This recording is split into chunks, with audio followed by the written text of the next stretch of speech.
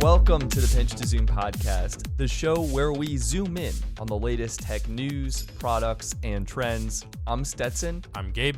And in this episode, we have our special bonus episode, our Best of Tech 2020 Showdown. This is a series of bonus episodes where Gabe and I will be doing a showdown of the best tech devices. In this episode, we're going to be doing our mobile division, and we will also have a camera and drone division, a smart home division, and a broader entertainment division that includes both gaming and streaming services. This is a March Madness style bracket where we will be putting two devices together head to head, picking the winner and moving that product on to the next round. At the end, we will crown one product the champion of its corresponding division, and for the final episode of the series, we will be pitching the winning products against each other in an ultimate final showdown to determine the best tech product of 2020. With that said, let's get started with round one. Welcome to the Best of Tech 2020 Showdown presented by the Pinch to Zoom podcast. I'm Gabe. And I'm Stetson. And in this round, we have the best smartphones, tablets, headphones, and other mobile devices matching up in a tech showdown of the ages, or at least this year until there's a Gen 2 release next year. Starting off in round one, we'll have the Pixel 5, Pixel 4a, iPhone 12 mini, iPhone 12 Pro Max, Galaxy Z Fold 2, Surface Duo, iPad Pro with LiDAR, iPad Air, Airpod Pros, regular AirPods, Bose Headphones 700, Sony WH-1000 XM4s. Gosh, that's a mouthful. That's a mouthful. Apple Watch Series 6, Fitbit Versa 3, Instagram, and TikTok. Yeah.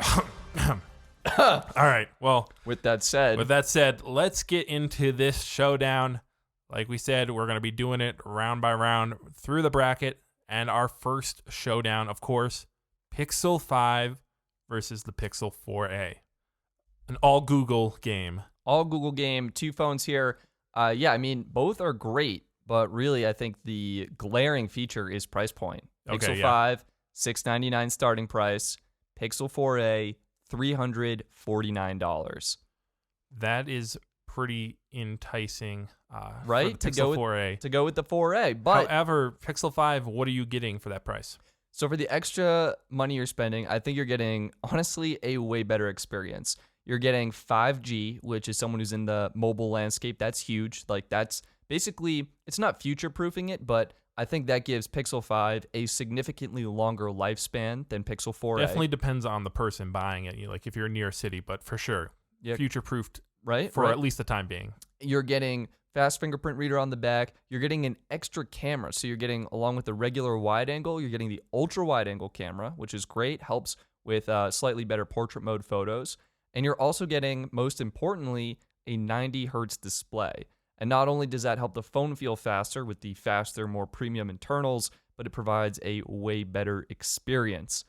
So, I don't know. I think if I were to choose one right now, I think with the camera, the faster display, and 5G, I'm going to go Pixel 5. I think that's my best experience. It's a little bit more expensive, but yeah, I mean, it's the better phone. $200 more? Is that $250? $300. Probably $300 more. Yeah. If you find it on sale, especially. But I mean, you also get wireless charging, just to throw that in there. I mean, yeah, I think you're right. You know, it does. Like, we like to offer the deal. Like, it's always like, you know, dollar to what you're getting. But in this case, I really think that the Pixel 5, clear winner here. And yeah, the Pixel 4a, if you're gonna be on a budget, that's great. But this is best of tech, so yeah, 4a, it's a great budget option for getting a fantastic Google experience. Ultimately, Pixel 5 is the winner here. All right, so Pixel 5 moving on to round two. Up next, we have the all-Apple smartphone division or showdown. It's the iPhone 12 mini versus the biggest one, the iPhone 12 Pro Max. Now, this is a huge price difference here on these devices. Massive difference between the devices. 12 mini, tiny. 12 Pro Max, huge. Price difference, 12 mini starts at $729. Yeah. And the Pro Max is going for $1,100. Eesh. Yeah. Woof. That's costly, like $400 price difference here. Well, can we talk about why these devices are in the bracket to begin with? Yeah. Well, why? I mean, the iPhone 12 mini, you're like, okay, so this is Apple's entry. Well, it's not actually their entry level. They have the iPhone SE, remember, that they released in the spring. This is their entry to their flagships. And unlike what they've done in past where they've hobbled that kind of cheap one, it's basically the iPhone 12, just in a smaller package. So you do get slightly less battery life. However, you're getting the new 5G, which ultra wideband, which, I mean, you can explain how basically you're important getting this is.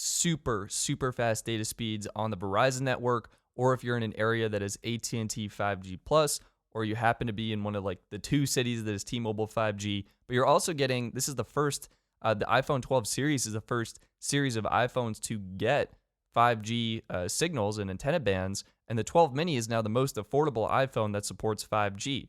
Yeah, and it's right on par with the other flagship phones that also support 5G. So really, it's a winner. The only thing that maybe for some people would be if you don't want that small of a phone, which personally is something that I wouldn't want considering how much I use my phone for, visual stuff and editing, that I want a slightly bigger screen. And in that case, someone might opt for the iPhone 12 Pro Max, which beside, getting the bigger screen, you're also getting stuff that you would get in the iPhone 12 Pro, as well as the better cameras and the best cameras that any iPhone has. So there is some things to justify that increased price. Right. The Pro Max actually has a brand new sensor for the main wide-angle camera. It's using the biggest sensor ever in an iPhone, which has improved low-light performance and improved detail in sort of dimmer, lower-light environments. And it also now has sensor shift stabilization, so improved handheld photos and smoother video, things like that. And it also has a new telephoto lens as well. So you're zooming in instead of 2x, 2.5x, which I actually think looks really nice. But besides those differences, it really is a very similar experience. LiDAR. LiDAR, yeah. So what does that do for the camera? You're getting what? Night mode portrait shots, I believe? Yeah, better sensing for focus, I guess, and portrait shots. And then you're also getting an improved AR experience, which really at this time, I feel like hasn't been too strongly implemented. Like, it's really dependent on app makers and developers putting, and utilizing this LiDAR sensor, which is basically, if you don't know, it's just shooting light particles out, getting it back. And so it's what they put getting depth data. What they put in self-driving cars is what they're putting on drones to do scanning and stuff. So yeah, it can tell you how far away stuff is and helps with better positioning stuff in space. So yeah, this is a tough one. I mean, I personally have iPhone 12 Pro Max. You have you have too many phones. Yeah, we shouldn't talk about that. You do like the iPhone 12 mini. So yeah. I feel like this is I would say iPhone 12 Pro Max but I maybe not actually, even though it is the one I went with. I think the iPhone 12 mini goes on because Apple always is going to do their best and biggest phone. Like, that's nothing special, but the iPhone 12 mini is their best and smallest phone and affordable. Right. I think in terms of the impact on the mobile landscape, I think the 12 mini actually is going to have a greater impact because it gives you millimeter wave 5G access at a very affordable price point considering the other phones that are out there. And Apple included millimeter wave across the lineup as opposed to Samsung, who reserved it for more higher tier flagship phones. Apple's 5G is in the mini, the cheapest iPhone 12 available, and I think it really is a huge push for Verizon. We had Verizon's CEO on stage at the Apple event, and I think this is really going to help mainstream 5G, bring people better performance and better experiences. And in my opinion, I think that's just a more important shift across the mobile landscape. Pro Max, like you said, phenomenal phone, arguably the best iPhone Apple's ever made, right? Classic statement. But I feel like the camera improvements, I've heard some reviewers saying that it's better, but if you put the photos side by side, sometimes you can't really tell, especially in well-lit environments. So, well, and even the Dolby, video, HDR video, like that's only on the iPhone. So you're not really going to get the advantage on other devices yet. And while that's great, it seems like the iPhone 12 Pro Max has a lot of technology that really isn't adopted into the full ecosystem yet. So it, like the Pixel 5, it's future-proofed, but it's also like you're kind of spending a lot of money right now for no real gain. Yeah, sure. I mean, I think both are great. I would personally move on the 12 mini. I just think that's a bigger impact. I think that's the way to go. We're going to send on the iPhone 12 mini, so that will make it to round 2. Next up, we're moving into kind of our phablet area and really expensive devices with this showdown between two of the hottest and most folding smartphones on the market, the Galaxy Z Fold 2 versus the Surface Duo. Yeah, so I think it's pretty clear which phone's going to move on here. Gabe and I were talking about this earlier. I want to give a fight for Surface Duo. I mean, let's just say right off the bat, we both think the Z Fold 2 probably should move on. Yep, Z Fold 2, undisputed. That being said, I think the Surface Duo deserves a nod, some recognition, because I think what Microsoft is doing is reimagining how you can use a phone. Because the two-screen interface they created, while horribly buggy and unfortunately not very smooth, is a brand new idea and I think has more potential than essentially just getting a tablet in your pocket. Because I think with the Surface Duo, you can multitask more efficiently. You can create so many different use cases and experiences with your phone. And I really feel that even though it's a first-gen product, Microsoft showed what the potential could be for going forward. And in my opinion, that two-screen folding device is a much better, more usable experience than just a tablet that folds up and fits in your pocket. I do agree with that. I, went to a Best Buy store and they had a Surface Duo and I tried it out and it absolutely crashed on me and I walked away looking around. Hopefully no one watched because it was pretty embarrassing. So I do think that the Surface Duo is an awful product. But looking back at last year with the Samsung Galaxy Fold at that point, what it was called, that was, it was kind of the same thing where we're like, looks cool. It seems really exciting, but it's breaking apart and it's not working and not functional. And now look where we are here with the Z Fold 2, and it's, probably the one I think that should move on. I really am hopeful that, next year Microsoft will push out a device that doesn't have an underpowered processor and, has a better software experience overall. But for the time being, I mean, the Z Fold 2 is more expensive, let's just say. It's like $1,800, $1,900. No, it's $2,000. Is it $2,000 on the market? It starts at $2,000. So $2,000 versus $1,500, I think, or $1,400? $1,400 for the Surface Duo. Surface Duo. So that's like $600 price difference we're talking about. But I think if you're going to pay that much money, you want something that works.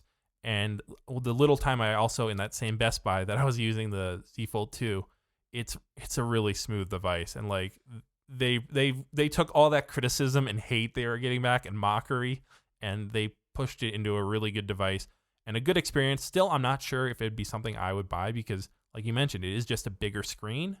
So it's not really different. It's a huge device. I think what it has going for it is it's basically a tablet. It has 6 cameras. Yeah, it's a tablet. Why you need that, who knows, but you can fit in your pocket, and it actually has good cameras, unlike the Surface Duo, which basically has a webcam for a camera, and it looks like potato quality. So, yeah, I think in overall use case and experience, the Galaxy Z Fold 2 should move on to the next round.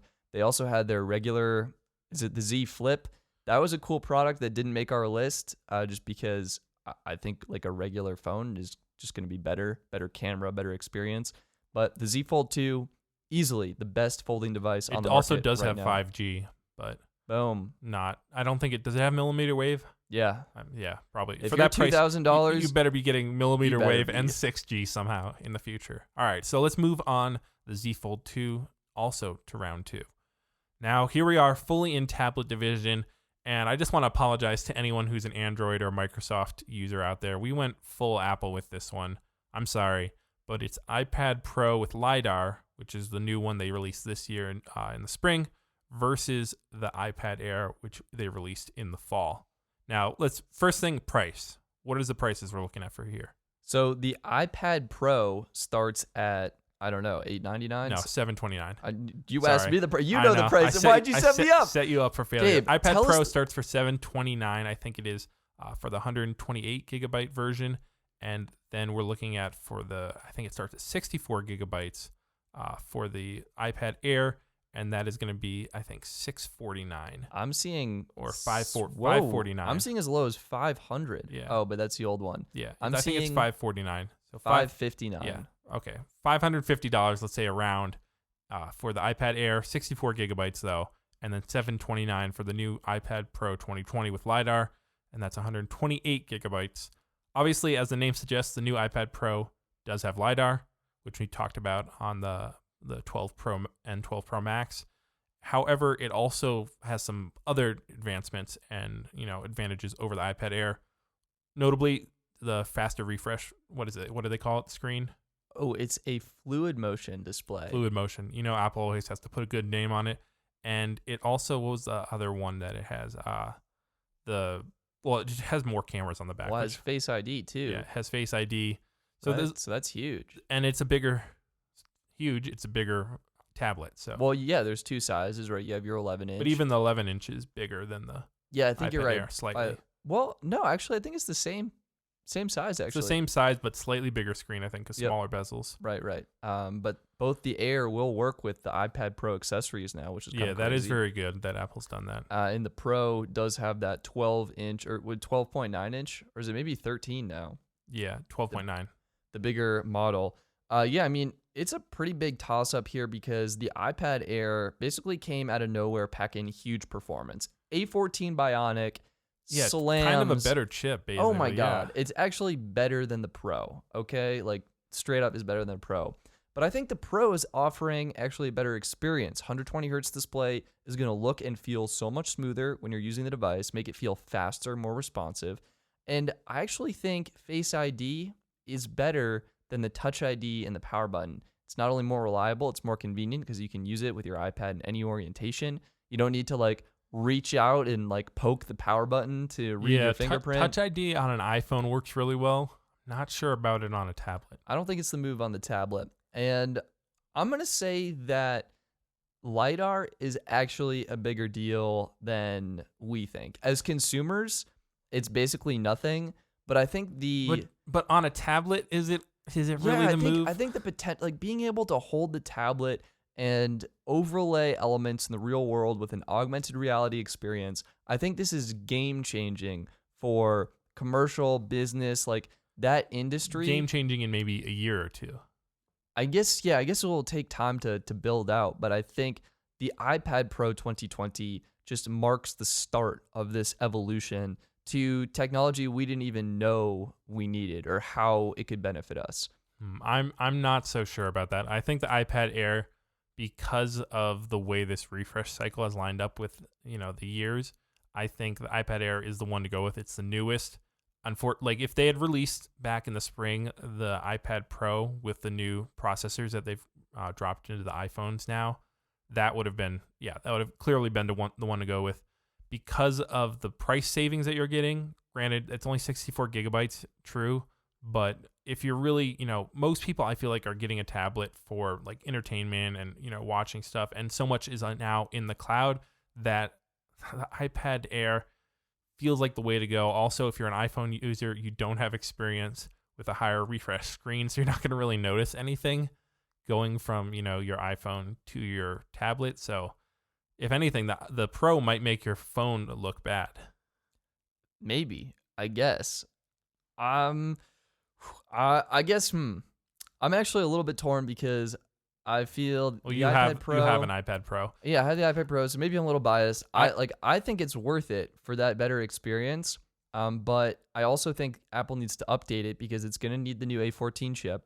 And it's going to need 5G bands, in my opinion. I think a cellular model with 5G would be sick. And I think it's pretty much undeniable at this point the iPad Air is the better buy for most people. Yeah, this is like in sports where you have a team that started off the year super great, doing incredible, and then a couple of its players got hurt, and they just started falling apart and losing their mojo. And then by the end of the year, the playoffs, they go out in round one. They were the favorite possibly beginning of the year, but now not so much. So I think we're going to push on the iPad Air. Yeah, I'll give it to iPad Air for this one. So that's going to go on to round two. That wraps up our tablets and phones. Now we're going on to other stuff, which is headphones. Again, gosh, we are just Apple fanboys. I'm sorry. I'm not sorry. I'm sorry, but the mobile division is definitely where Apple is the heaviest. So we promise the other categories and other episodes will be less Apple heavy. You will not hear Apple in the drone division. Unless you like Apple, and then no, there'll be a lot of Apple in the other episodes too. But in this one, we of course have AirPod Pros versus AirPods. And yeah, let's go. Prices $170 for the AirPods, $250 for the AirPod Pros.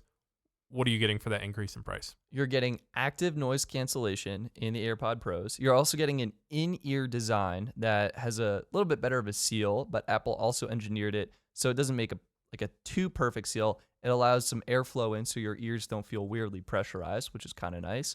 You're getting much better audio quality with the AirPod Pros, and you're also getting something called spatial audio. Spatial audio is basically a surround sound experience that you can have with your earbuds. When you're watching content on your phone, the AirPods, let me just quote from Apple. If this sounds like marketing material, it's because it is, but it also reads really well. Spatial audio with dynamic head tracking brings the movie theater experience right to your AirPods Pro by applying directional audio filters and subtly adjusting the frequencies each ear receives. Spatial audio can play sounds virtually anywhere in space.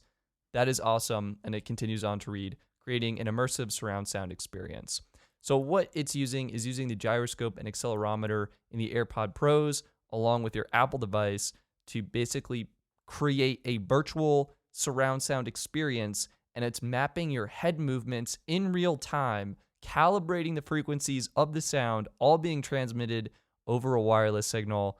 I think this is just so cool and creates such an immersive experience.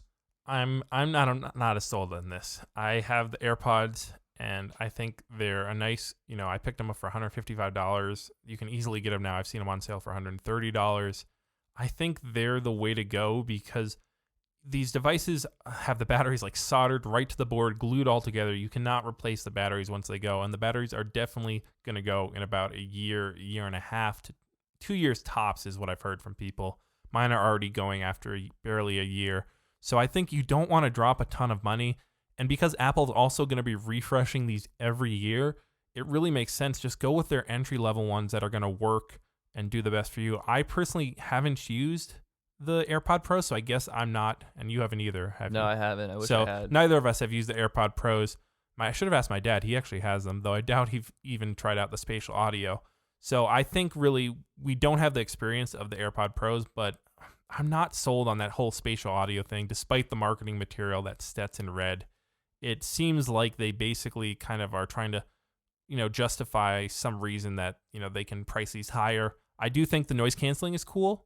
Yeah, I think it's actually a really great feature. Like, I've heard people say that even just wearing them out in public spaces that are crowded, like malls, it really just makes everything quieter, takes the edge off. I know Linus from Linus Tech Tips described he would come home and he would just have them in when he was talking with his kids, and it would just kind of subtly mute their voices and just take that edge off of that, high-pitched excitement that can come after a long, hard day of work. It can really make the experience a lot better. So I personally think the experience of AirPod Pros is absolutely worth the price Apple is charging, especially if you look at other active noise cancellation earbuds on the market right now.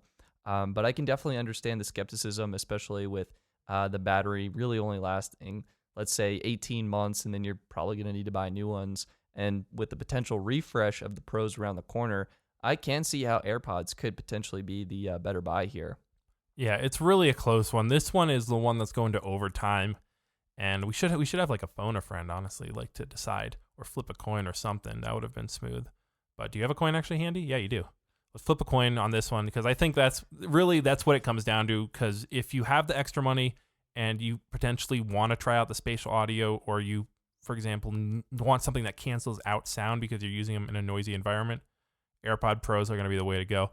If you're just looking for some great headphones for your Apple device, then obviously AirPods are going to be the way to go. And, if you do have an Android device, go with the Android-specific one. They'll do the same basic things as AirPods. But for now, we're in the Apple headphone division, earbud division. So let's flip a coin. Heads, it's AirPods. Tails, it's going to be AirPod Pros. All right, here Flipping we go. It. It's in the air. Oh, shoot, it's far And you away. flipped it way too far away from yourself. It's tails. Tails, what was that again? I think you said Pros for Pros, that. all right. So AirPod Pros are moving on.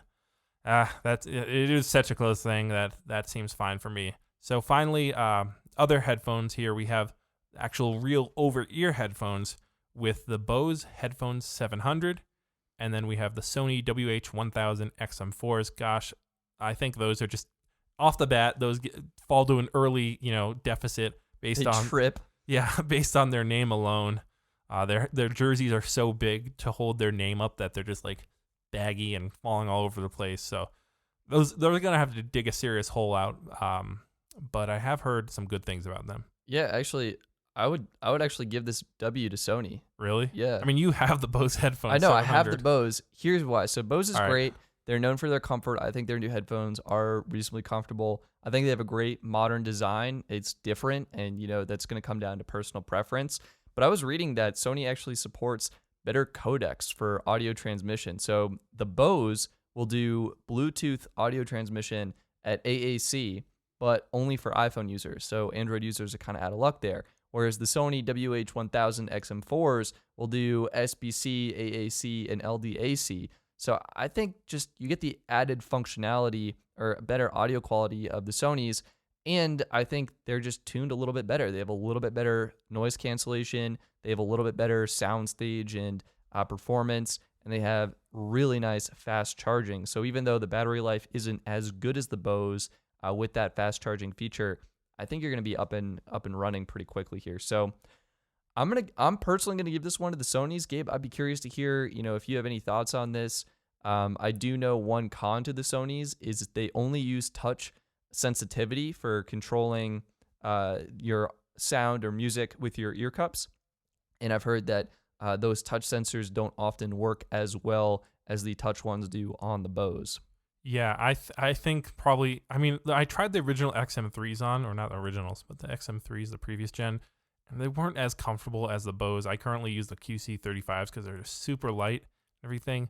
But I know many people who have the let's just call them the XM4s, and they are very happy with them. I kind of am excited about the fact that they have this smart sensing feature, which when you start talking, they'll actually reduce the music. And they also have a sensor in the headphones, so when you take off the headphones, they stop playing your music. Which I have the Airpods, and those have that same thing. And I also had a previous headphones, I think, which were the Plantronics, like Backbeat Pros maybe or something like that. That was like 8 years ago. And those also had that feature in them. And it's a really cool feature you don't really think about would be helpful until you have it. And then you can't live without it because you just It's an amazing feature. Yeah, right? I wish my Bose headphones had that. Yeah, so I think the Sonys are going to get the nod, even though I also, have Bose headphones and love Bose. Yeah, so I was just thinking about this. The reason I went Bose is for comfort. And like when I'm putting headphones on, so I want them to swing back the other way. Hug my ears. But I think the Sonys are a better product. So if you have the option, these are the headphones that are on display at most Best Buy stores because they're like. Well, I don't know if you want to go try them on in the current You definitely situation. don't. But if order there's both. a time, Order both. There's extended returns through January 16th or something, I think, right now. So order both of them, try them on, wear them a little bit, and send the one that you don't want back. Yeah, I think Bose was just more comfortable for me. They actually angle their ear cups like little triangle wedges that fit very well around my ears.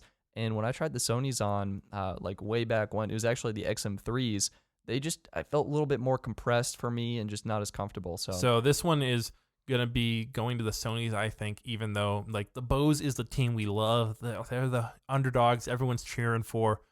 But Sonys are just their stacked lineup. They have the big heavy hitters. I don't know what sport we're playing exactly. So they also have, people throwing the long bombs as well as shooting the threes. And they're going to be going on to the next round in overtime. With a close decision here. It's a heartbreaker for the Bose fans, but Sony XM4 is going on to round 2. This brings us to our final categories, which is kind of a bit of a toss-up between a couple different things. We have smartwatches, and then we also have apps/social media. So in the smartwatch showdown, we have, of course, another Apple product because, yeah, that's just the way to go. We have the Apple Watch Series 6 versus then a Fitbit Versa 4. I have Versa 3. Is there a 4? Versa 3, sorry, yep. Okay. I was trying to pull in an advantage and grab next year's model. Well, I'm personally, I think throughout this episode, it may have come across that I like Apple's products. Oh, not at all. And I'm going with Apple Watch Series 6 here for a couple key reasons. First, we got to start with prices of these. That's a good point. So for Fitbit Versa 3 is only $179. that's a really great value, especially when you consider that the Apple Watch starts at a grand total price. Sorry, the web. Oh, it loaded me in the finally. education store. I think it starts at $379. Wait, I have or is it $399. That actually might be right. That's the 42 millimeter version, I think, the smaller one. Smaller one. And or whatever, 38 millimeter version. Yeah, so I think it's 38 and 44. Yeah. So the larger one I think starts at 430. And then of course you get more fancier finishes and you go up even higher in prices. Oh, it's astronomical. So let's say $400 basically for the Apple Watch. So you can get 2 Fitbit Versas for the same price as the Apple Watch. Why shouldn't I do that and wear a Fitbit Versa 3 on each wrist? Why should I just get one Apple Watch, Stetson? Yeah, that's a great question, Gabe. And I have an answer for you. Yep. And the answer all comes down to integration. If you're reading their marketing materials again, this is from me. The integration with your iPhone is incredible. Okay. So I think one of the primary reasons people wear a watch is to get notifications on their wrist, right? You don't have to check your phone. You're always updated. I personally limit mine to just calendar or reminders so I'm not distracted. Also text messages just in case I get some important alerts. And I pretty much block everything else. All the Twitter notifications, those don't show up. But the integrations are awesome where on Apple Watch, when you get a text, you don't just read it, but you can actually reply. So you don't have to whip your phone out. Whereas Fitbit Versa, you're going to be getting a text being like, oh, wow, great message. I need to reply to this, and have to go and get your phone out. So it's like, well, what's the point? Then you're also getting some really cool integrations with Apple laptop users. So if you have a MacBook, MacBook Pro, MacBook Air, you're wearing an Apple Watch, you can have your computer automatically unlock when you're wearing your watch. And this is a really cool feature. You literally just open up your computer lid, your computer recognizes your Apple Watch, you get a little double tap on your wrist, and boom, you're unlocked, good to go. That has been a really amazing feature, unique to Apple and unique to the Apple Watch. Finally, there's an LTE version of the Apple Watch. Now, this does push up the price a little bit more, but honestly, it gives you that connection, that peace of mind where you can go without your phone, know that people can still contact you. And I think that, what Apple is offering in Apple Watch Series 6 is a really, really great package. It's one of the best watches available. It's got some of the best battery life on an Apple Watch. It's got a bright display that you can see outdoors. And it works actually really well with Apple's upcoming Apple Fitness Plus subscription service where you can now track your workouts and kind of compete against yourself in a really cool way. So I'm a big Apple Watch user, big Apple Watch user fan. I love the award system and the way you can challenge your friends and kind of compete. Right. So that's my ramble. I'll let you go enough there. So I'm a Fitbit user. Hi, welcome. Nice to meet you. And Gabe, have you heard of the Apple Watch? Dude, you should. No. I've been thinking of upgrading to an Apple Watch for probably the past 4 years. I bought an Apple Watch Series 5 and returned it before I even opened it. And for me, this is really a tough one. I don't even actually have the Versa 3. I have the Charge 3. So I'm even down on the cheaper end. And I think you did make some good points there. Like Apple Watch integrates incredibly well with iPhones and the app ecosystem there. And integration is just what Apple does best. They control the hardware and the software. Everyone who I've talked to, besides you even, who owns an Apple Watch, loves it. I've never talked to one person who's like, it's okay. Everyone's like, it's the best, experience. I can't, consider not using it or not having it. That is one reason that I haven't bought one yet, because I know as soon as I buy one, I will be stuck upgrading every 2, 3, 4 years or whatever the refresh rate is with those. So it is a tough call to go against and a tough battle to go against that. I do think the Fitbit Versa 3 offers a lot of bang for the buck though. Notably it does have, it doesn't have ECG. That's in the sense, but it does have the cardio oxygen sensor built in there, which, Apple's making a big deal about theirs, and that might be because theirs might be a better version, but that's okay. The Fitbit Versa has GPS. If you have an Android device, it does have text replies, and you can actually do it with your voice and reply. So this is kind of a whole Apple Android type thing. If you're an Android, there's no dispute. The Fitbit's easily the way to go. Maybe it's the Versa 3. Maybe it's their tier up. The Sense. Yeah, the Fitbit Sense. But honestly, I just think Apple Watch crushes it. I mean, you get complications on your watch screen. But we haven't even touched into now the Fitbit community, which I think personally the Fitbit app is a lot better experience than the Apple app. Now there is the one caveat which has made me kind of hesitate on that is Fitbit started doing Fitbit Premium about 9 months ago or so, maybe a year ago even now, which is $7.99 a month. So I'm not loving that because increasingly they're starting to put more things behind a paywall, and like with these top tier devices, you pay $180, you pay $230 for the Sense, and some of the features are kind of gated. Like there's I think it's body temperature, and you can't get that data unless you subscribe to the premium. So you add up 1 year of premium at $8 a month. That's call it $100, $72. I think no. More than that, $96. Yeah, $96, basically $100, and then you're looking at all right, $280 for the first year, or for one Fitbit Versa 3 and premium. So I think unfortunately, I don't want to be called an all Apple podcast and biased, but hey, if you might have to put that branding on us for now. Blame me. I'm biased, all right, okay. guys. I love Apple. Just Sign blame me Stetson. up.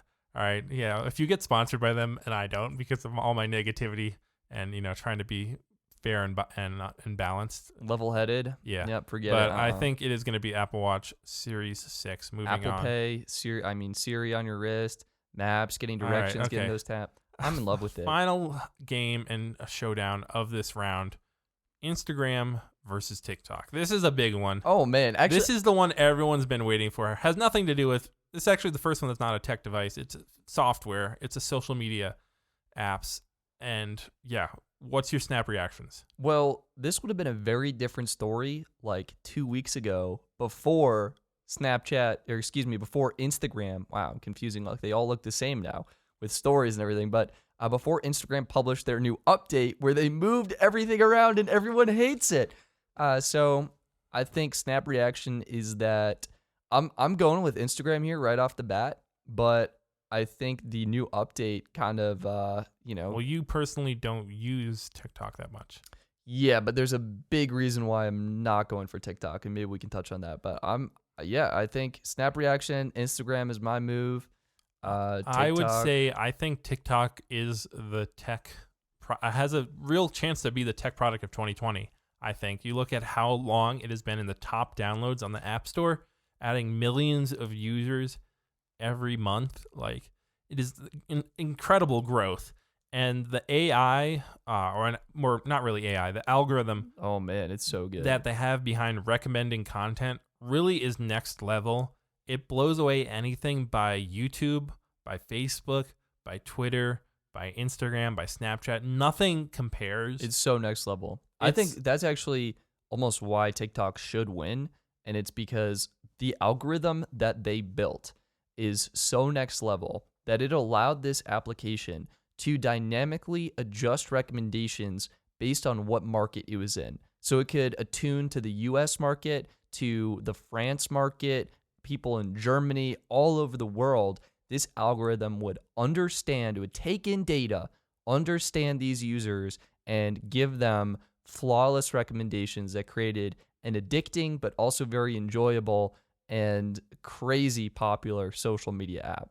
Yeah, I do use Instagram more often. I'm trying to use TikTok more. The main hurdle right now for me using it more is I have an issue of like when I go on it, it's like an hour goes by and then I'm like, oh my God, I gotta actually do something real. It's so easy. Like it's almost too good, right? It's scary good. Yeah. Which I think can beg the question, how did it get so good?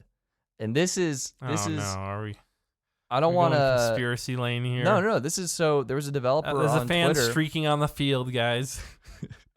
It's me. Yeah. And here's what happened. A developer ripped apart the app, deconstructed it, and found out what data TikTok was gathering. And this was really eye-opening to me. So it's phone hardware. This includes CPU, number of cores, screen dimensions, DPI, memory, disk space, etc. All the apps you have installed. And some apps that you had installed and deleted. So TikTok's actually reaching into your cache and grabbing that. Everything network related, local IP address, router, MAC, your MAC, Wi-Fi access point name. Some variants of the app had GPS pinging enabled at the time, once every 30 seconds, TikTok getting your location. And they had a local proxy server on your device for transcoding media, but that can be abused very easily as a zero authentication. So there's just a scary amount of data. I was reading another article that they log all of your keyboard taps and swipes in the app, as well as if you start composing a message and then delete it, it will still log the message that you composed and never sent. So if you're wondering how the algorithm got so good, it's because the data feed was enormous. So they might be using steroids, but that doesn't change that they win this game, I think. I think Instagram, yeah, it's great. It's super popular. You know, a lot of people use it. It ties in with Facebook's big. Do you want to talk about data harvesting? Like Facebook and no, I'm sorry. TikTok clearly moves on this round. It looks like it's going to be close, and then the second quarter comes out, and TikTok just blows it away. Yeah, I think I do have to agree with that, actually. I mean, TikTok did something uniquely new and different. I mean, it was so in the news, the president was going to ban it, like, for most of this year. That's when you know something is, like, next level tech. Or a big problem. Or maybe a big problem, too, right? But yeah, I do think it should win for the algorithm, and for, it really helped change a lot of people's lives in a crazy way. So it's been a cool creative experience. And Instagram, I feel like instead of innovating, has been more copying. So I'm giving it to TikTok. All right, that completes round one. Now we're going on to round two. We're down to 8 products, I think, right? Yeah, 8 products. Let's do it. So let's do it. First off, we have our smartphones. Pixel 5 versus iPhone 12 mini. I think both are great. I mean, these are $650 for the Pixel 5, $729 or ish dollars for the iPhone 12 mini. So very similar prices, only like $70, $60 more. Yeah, and both phenomenal cameras, phenomenal software experience, great design. Pixel is using the fingerprint reader, whereas iPhone 12 mini has Face ID. But yeah, I think for me, iPhone 12 mini, because that's the phone that mainstreamed 5G for a whole lot of users. I think it's still the most impactful phone of 2020. Are you feeling hesitant now? What are you thinking? I'm feeling hesitant because we did go out and shoot with the iPhone 12 and the Pixel 5, and the photos were instantly more beautiful. And granted, like, you could go with the iPhone and edit them. Yeah, I guess that's true. The data was there, but like with the Pixel 5, you could take photos in the night, wherever, and in so many different situations, and the photos are just, that's exactly how you want them to look, pretty much. Well, most people won't be doing a side-by-side. And would you say that, like, would the iPhone photos look good on their own? That's a good question. And I mean, yeah, once you edit, a lot of people do edit photos, so. And I think most people, a lot of pro, like, creators, they use iPhone for the apps too, right? Don't the apps work better, like, for TikTok and social media? Yeah, app experience, that's one reason I've stayed away from Android. App experience on iPhone is better. They have more apps, and now we have widgets, right? But Google, you do get some great integrations because it's a Google. Like, we're not just talking about any Android phone. We're talking about a Google phone. So it's getting, the fast, the newest updates, always the best security patches, and great integrations with all of Google's. Like, what was there? Duplex has been phenomenal, where you can, the assistant, Google Assistant will wait on hold for you and let you know when it's your time to talk to an actual representative. That is super cool. And I also have to say, I love that Google created, what is it called? It's like focus mode. Oh my God, I think it is actually just called focus mode. So it's part of their digital well-being. Focus mode lets you turn off access to apps. That's been hugely helpful for me. And doesn't it also have when it goes to night mode, like it switches you can go from full color to black and white? Yeah, that's also cute. Wow. Maybe user experience. I love what Pixel does. I mean, we're both mainly iPhone users, but I don't know. I feel like if I had to go, like, which phone would be best remembered out of this year? Oh man. I think iPhone 12 Yeah, I think mini, iPhone 12 mini. Because the Pixel 5 isn't as huge of a jump over the previous. Unfortunately, such a forgettable phone. Like, it's a great phone. And the software is incredible. It's a magical phone, phenomenal experience, but it's just Google didn't really stand out in any one way. They're not like Samsung putting the 108 well, it does have megapixel. doesn't it have reverse wireless charging? Yeah, it does. That's pretty nice. Right? It's got like, it's a well-rounded package, and it's a really good package. This is the phone that should probably win, but I just feel like the iPhone 12 mini, it could be any iPhone, but the fact that Apple put millimeter wave 5G in their phones this year, I just feel like that's more groundbreaking. And it was the mainstream push we needed to get 5G. And I feel like the same was true when we got 4G. I feel like Apple is really a key player in that adoption rate and getting more users access to this new technology. All right. And, well, the fans that might say that the refs were biased on this one. I can hear the boo. Yeah. Get some glasses. Oh my God, is this a chicken wing that's flying at me? But I think the iPhone 12 mini is going to go on to the semifinals. So congrats to Apple on that one. Next, we have the phablet / tablet division or showdown, which is the Galaxy Z Fold 2 versus the iPad Air. I just want to quickly point out, you could get three iPad Airs for the price. Yeah, $550 for the iPad Air, and the Z Fold 2 is $2,000. So yeah, let's just say 3 iPad Airs for the same price as the Z Fold 2. Yeah, so interesting takes here. I think the Galaxy Z Fold 2 is technically more impressive, like from a technical piece, the engineering behind the hinge, the folding display, how Samsung created that ultra thin glass that is glass that can actually fold.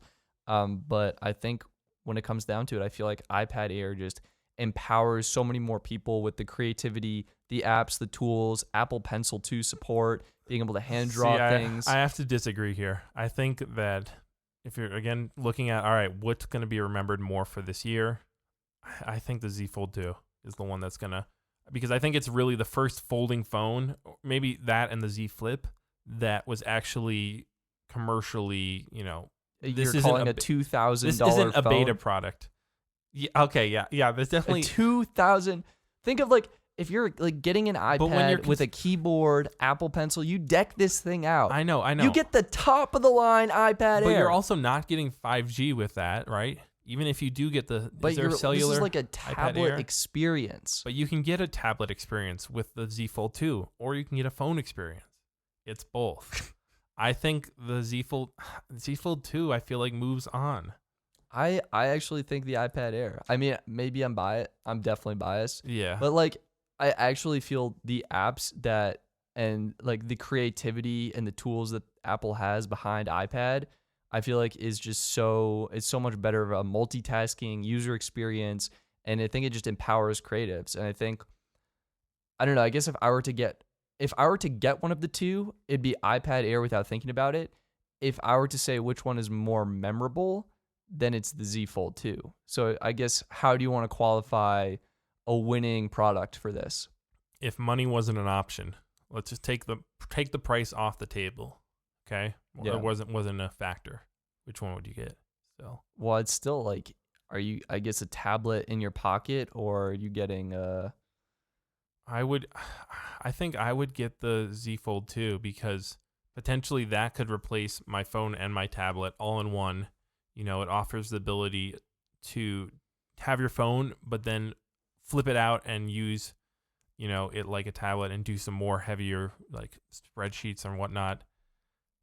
It is really a close one. Let's go. I'm gonna flip my phone. You're gonna flip your phone with the new ceramic shield. I think I can compromise and all go right. Z Fold 2. I think this. I'm almost thinking iPad Air after you said that. I think Z Fold 2 kind of marks the point where foldables became a viable option, I guess. Like, I mean, it's still, I agree that price is a huge thing, but you take off the fact that these are the, New York Yankees, or I don't know, whatever team now has the biggest, salary cap, and just blowing past it, right?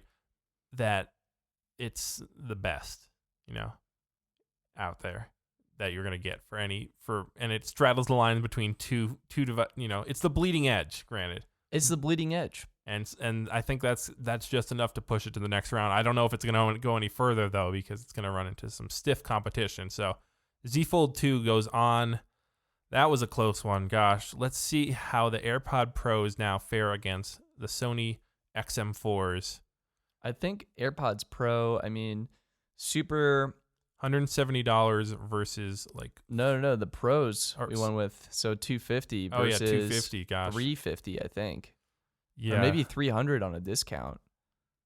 Yeah, that makes it a little harder for the AirPod Pros to make it. Yeah, I mean, I think the AirPod Pros offer the portability, the wireless charging case, and the seamless pairing experience for iPhone users. But personally, I've always been an over-the-ear headphone person. I think I want to give this one to the Sonys just because the audio quality you can get out of bigger drivers will trump any audio experience.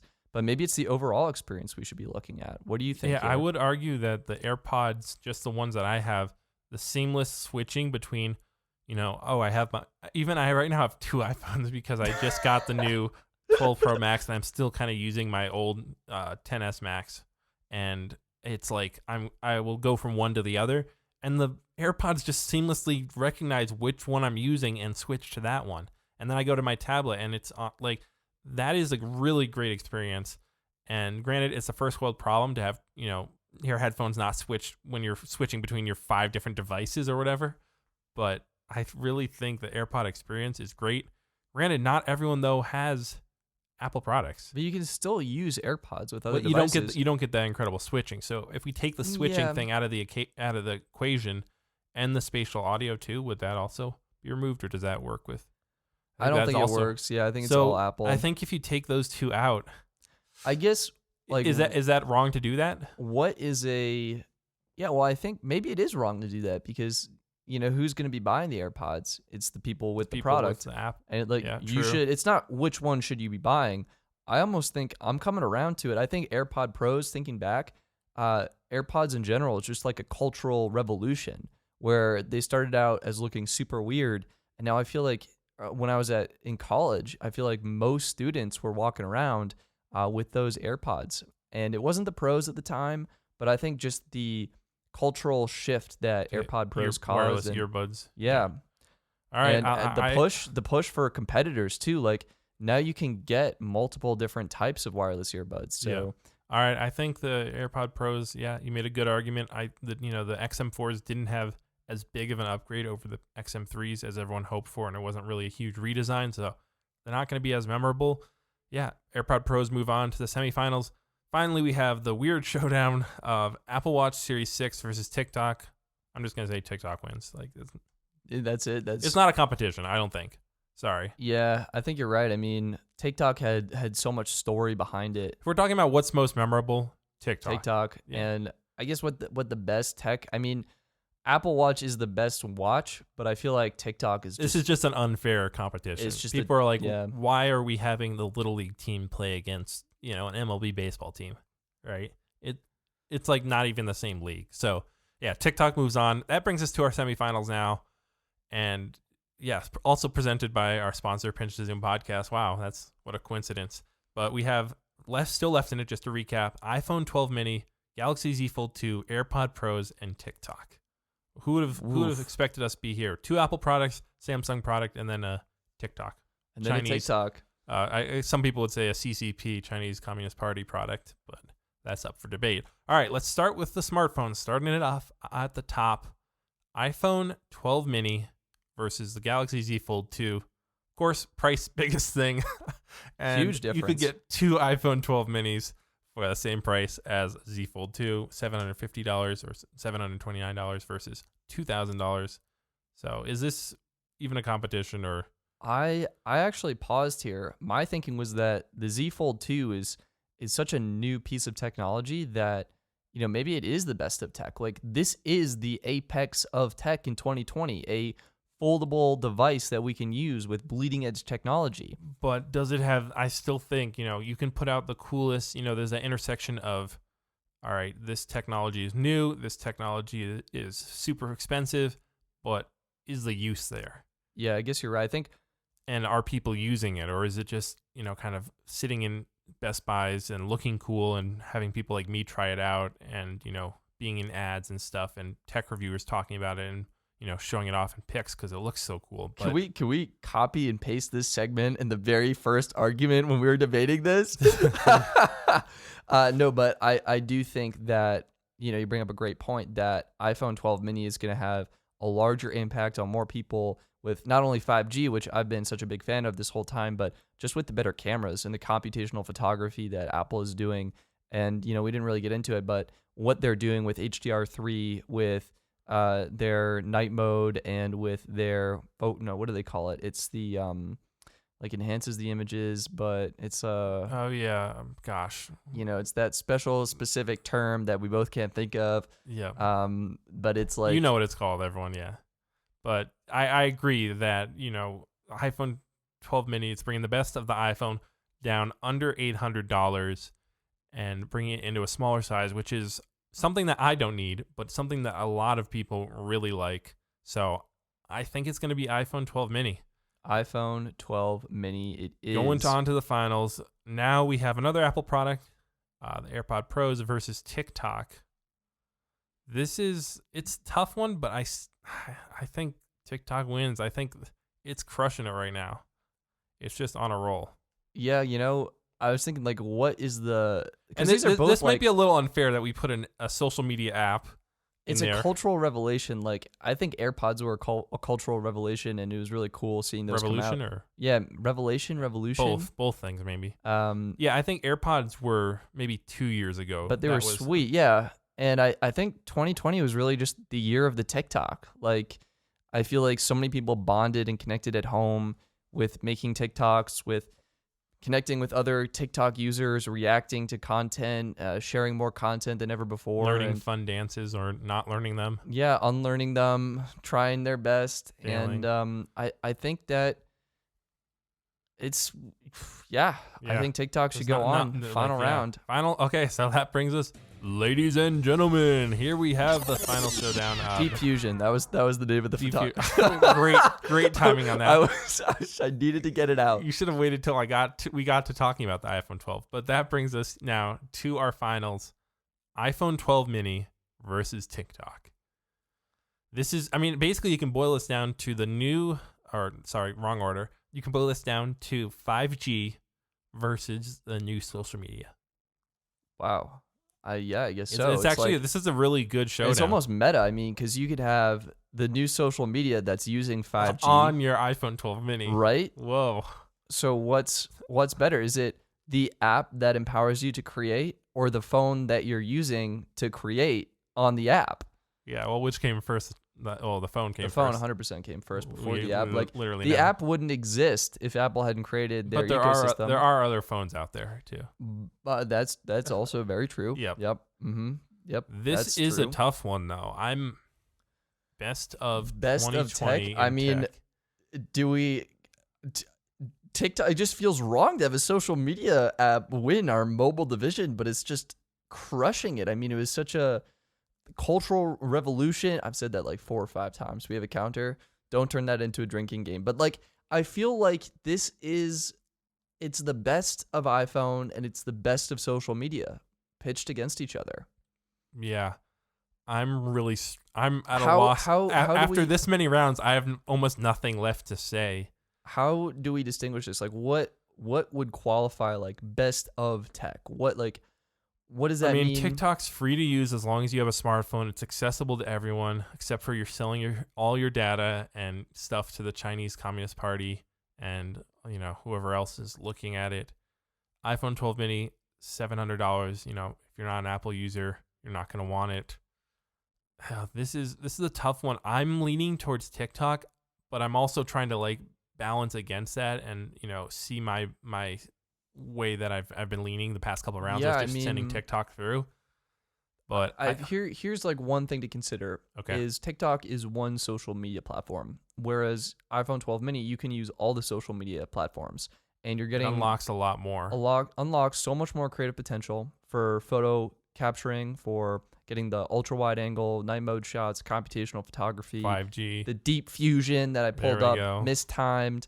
And I think that the connections you can have with FaceTiming, right? Being able to see your friends and family face to face. The smartphone is the central product of the smart home and really everything. The smartphone has become the number one product that you use. So having a good smartphone is the way to go. And the iPhone 12 mini, even though that's the one product we have, it's kind of representing like the iPhone 12 as well, so size isn't really I feel like I could factor. live without TikTok, but I couldn't live without my iPhone, right? Like, But I mean, if you're forced to use Android, like you could live without. no, like my phone, I guess, Yeah. is more of a broader Gotcha. like we have right now a phone versus an app. Okay, I can see both arguments. I can see both sides. Do we have any way of figuring this out, or? I think I'm leaning towards iPhone 12 mini right now, and I don't know if that's the right decision, but I'm leaning towards it just because I think it empowers more people and it creates the meaningful social connections that people are looking for. And I think TikTok. This is Apple is going to be using this as their Yeah, you want to take those quotes out? marketing. I can type this up for you if Yeah, you want. Apple no, representative. they're not. That's not what we want. No, I really, this is a tough one. I'm struggling, but I'm leaning towards TikTok Why do you feel TikTok should win? because I feel like next year there will be another iPhone, and the year after that there'll be another iPhone. Well, we already got another I TikTok. feel like- I mean, have you seen what Instagram's doing? I feel like this is kind of an unfair competition, and maybe it's going to lead to TikTok possibly taking it all. But I don't know. Maybe because of that, the refs on this one are going to have to step in and say, no, TikTok, you're disqualified. Maybe that's what it is. I think after all this, I think TikTok Disqualified for cheating? They were banned in India. They were cheating. I think They've been that's what we come down to. TikTok, sorry, but we are going to have streaming services in here. How are those going to compete?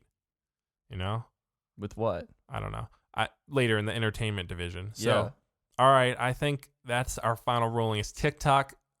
We know you were stacked, but it was a little too Cheating. good to be true. You were banging on the cans, you were stealing signs, and stealing a little too much of our user data. So, sorry. By judge's rule, by verdict of the Pinch to Zoom Best of Tech 2020 Federation. Yeah, we've got to get our manual in here. Look, if you get a iPhone page, 12 mini, you're going on to the finals. Congratulations. wow, fans go wild. Here in the back, I'm going to probably put cheering in the background. I might not if I don't have enough time, but yeah, that wraps up our Best of Tech first round episode. iPhone 12 mini making it on in that really close. You hate to see it. It was a say nail-biter it ain't finish. so, Joe. Barry Bonds type moment there. But yeah, that's it for this episode. We'll be back in our next bonus episode coming out next Saturday, where we talk about the best cameras and drones. And remember, you can listen I'm to gonna be these so excited for episodes this. early if you support us on Patreon. We're giving Patreon members early access. There will be a link in the podcast description. And if you're listening on YouTube, it'll be there as well. But yeah, as Gabe mentioned, that's going to be it for this episode. Get subscribed to the Pinch to Zoom podcast so you don't miss our other bonus episodes. And we finish out this epic series showdown, the best tech of 2020. Either way, that's going to be it for this bonus episode. I'm Stetson, Gabe. and we look forward to catching you in the next round.